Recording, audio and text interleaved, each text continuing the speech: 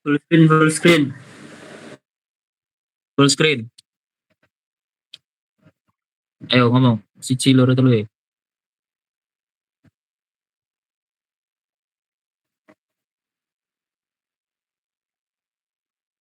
Baik, selamat malam semuanya. Perkenalkan, kami dari kelompok 6 akan mempresentasikan hasil dari proyek UAS yang telah kami kerjakan pada mata kuliah Jaringan Komputer dengan dosen pengampu Pak Bonda. Jadi, proyek kami berfokus pada perancangan dan simulasi jaringan komputer dengan menggunakan topologi star dengan segmentasi VLAN dan teknik subnetting VLSM.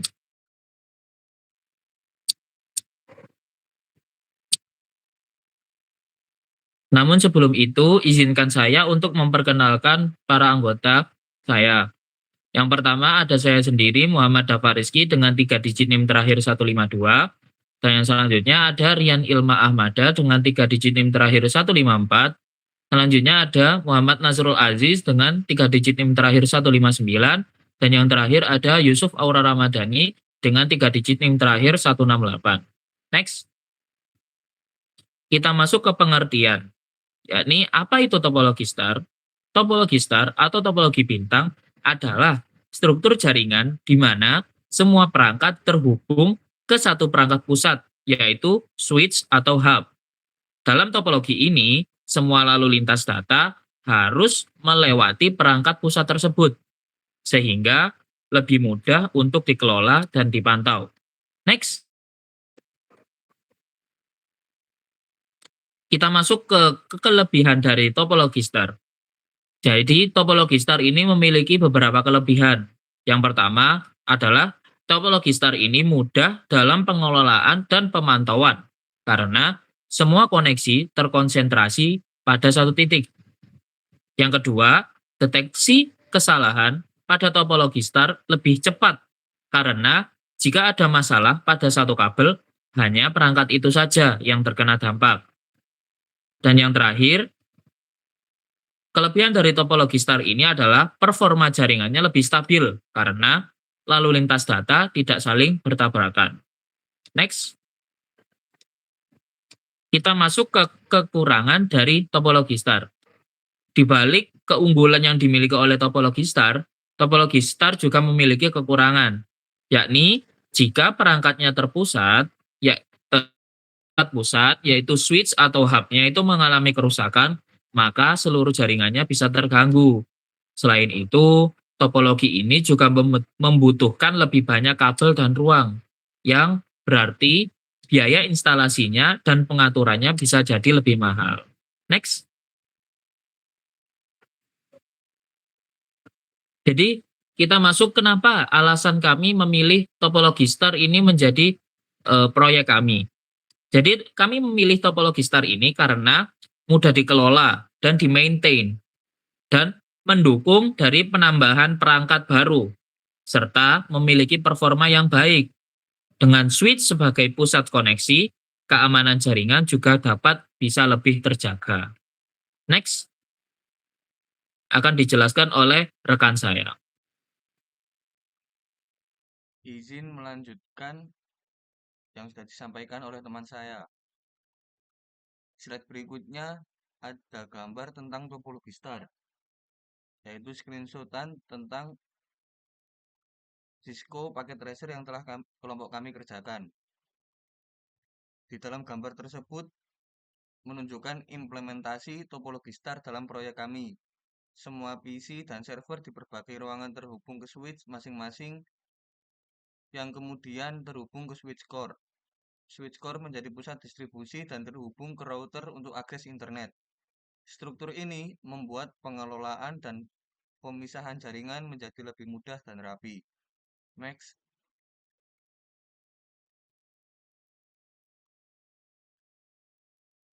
Selanjutnya ada perangkat dan juga fungsinya.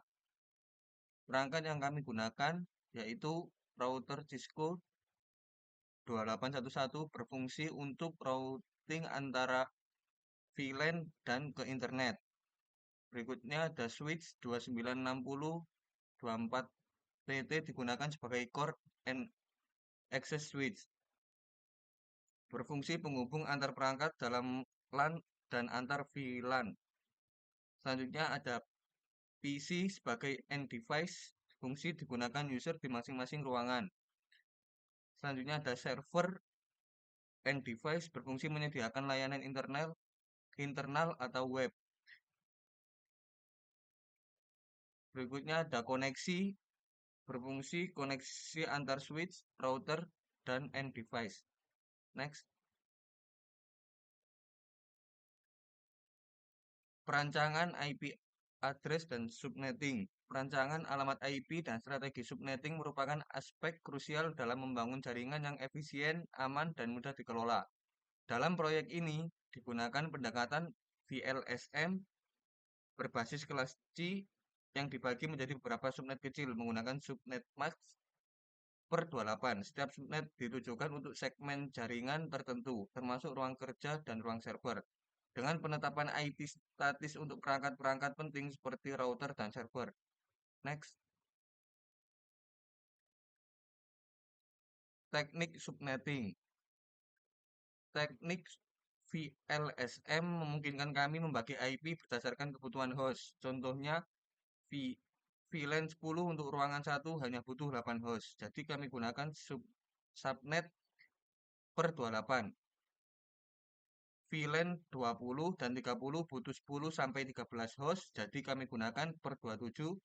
VLAN 40 untuk server hanya butuh 2 IP, tapi kami tetap gunakan per 27 untuk konsistensi. Hal ini meningkatkan efisiensi dan memudahkan pengelolaan. Next. Tabel untuk setiap ruangan dan server. Yang pertama, ada perangkat main server dengan alamat IP 192.168.10.98. Keterangan ditempatkan di VLAN 40. Yang kedua, ada perangkat DNS server dengan alamat IP 192.168.10.99. Keterangan ditempatkan di VLAN 40. Dan yang terakhir ada gateway router dengan alamat IP 192.168.10.97. Keterangan sub-interface router untuk semua VLA. Next. Tabel pembagian IP. Ini adalah tabel pembagian alamat IP untuk perangkat-perangkat penting. Seperti terlihat, gateway router dan server memiliki IP statik di VLAN 40. Alokasi ini penting agar pengaturan jaringan lebih rapi dan tidak terjadi konflik IP. VLAN 10 berlokasi di ruang 1, IP subnet 192.168.10.0/27. Subnet mask 255.255.255.240. Jumlah host 14 unit. Alamat IP penting 192.168.10.2 sampai 192.168.10.30. Selanjutnya akan dijelaskan oleh teman saya.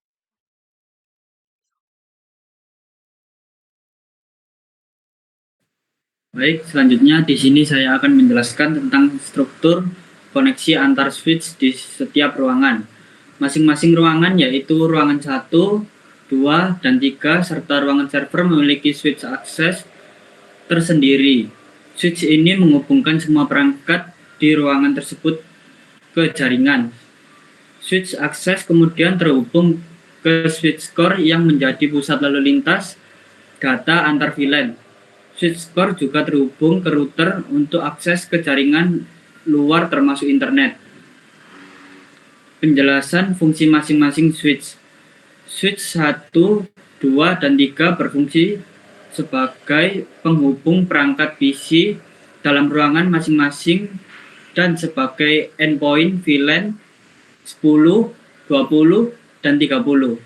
Switch ini diatur untuk menyaring lalu lintas data agar hanya berada dalam segmen VLAN-nya. Switch ruangan server berfungsi untuk menghubungkan server ke jaringan termasuk web server dan DNS server. Switch ini berada di VLAN 40. Switch core. Switch layer 3 yang digunakan untuk mengatur komunikasi antar VLAN melalui interVLAN routing. Semua switch, ruangan, dan server terhubung ke switch core ini. Fungsinya seperti pusat otak jaringan yang mendistribusikan lalu lintas dengan cerdas. Switch router mungkin dimaksud sebagai penghubung antar router dan switch core atau sebagai sub-switch untuk keperluan tertentu. Namun, fungsi utama tetap mendukung lalu lintas dari jaringan lokal ke gateway router. Gambar di slide ini menunjukkan jalur koneksi dari masing-masing switch ruangan ke switch core, lalu dari switch core ke router. Ini menjelaskan bahwa jaringan diatur secara hierarkis dan segmentasi, namun tetap terhubung secara terpusat melalui switch core. Baik, selanjutnya dijelaskan oleh rekan saya selanjutnya.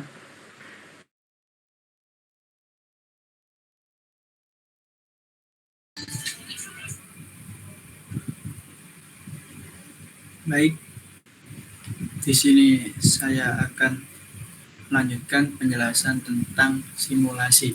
Simulasi jaringan pada proyek ini dilakukan menggunakan perangkat-perangkat virtual di Cisco Packet Tracer. Tujuannya adalah untuk membentuk sistem jaringan yang tersegmentasi berdasarkan VLAN serta dilengkapi dengan pengamanan dasar dan koneksi ke jaringan luar. Beberapa jenis perangkat yang telah dikonfigurasi untuk menjalankan fungsinya masing-masing. Seperti ini.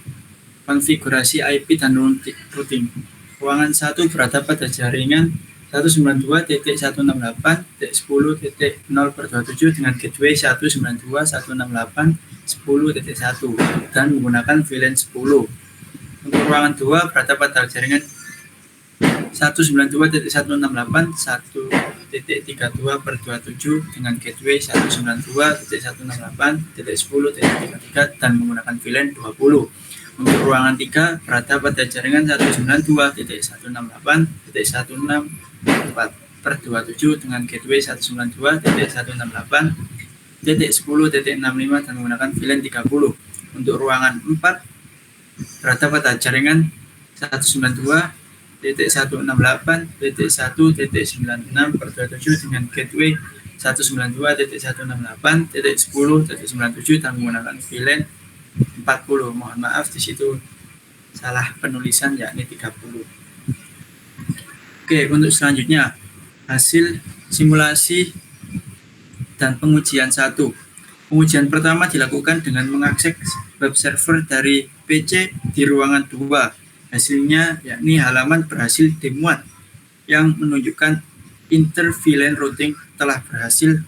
Artinya perangkat dari VLAN 20 bisa berkomunikasi dengan VLAN 40. Oke, selanjutnya hasil simulasi dan pengujian 2. Yakni pengujian kedua adalah menguji koneksi ke internet menggunakan perintah ping ke 8.8.8. Semua paket berhasil dikirim dan diterima tanpa paket loss. Ini menunjukkan bahwa NAT dan default route telah dikonfigurasi dengan benar. Oke, untuk hasil simulasi dan pengujian ketiga, yakni pengujian ketiga adalah ping antar subnet, misalnya dari VLAN 20 ke VLAN 10, 30, dan ke server. Hasilnya semua ping berhasil dengan latensi rendah, menunjukkan jaringan antar ruangan telah terhubung dengan baik, stabil, dan juga benar. Oke, untuk kesimpulan, yakni dari hasil simulasi kami menyimpulkan bahwa topologi star sangat efektif untuk jaringan skala menengah. Selanjutnya, segmentasi menggunakan VLAN meningkatkan keamanan. Yang keempat, subnetting VLSM efisien dalam penggunaan alamat IP. Semua konfigurasi seperti routing, NAT, dan konektivitas berhasil dilakukan. Dan yang terakhir, jaringan virtual yang kami buat mampu berjalan sesuai kebutuhan dan stabil dalam pengujian. Ini untuk daftar pustaka yang kami telusuri. Selanjutnya dapat dilanjutkan oleh teman saya. Baik, jadi seperti itu hasil dari presentasi kami. Kurang lebihnya kami mohon maaf. Mohon maaf apabila ada salah kata dan salah perbuatan. Sekian, selamat malam. Kami dari kelompok 6 pamit undur diri. Terima kasih.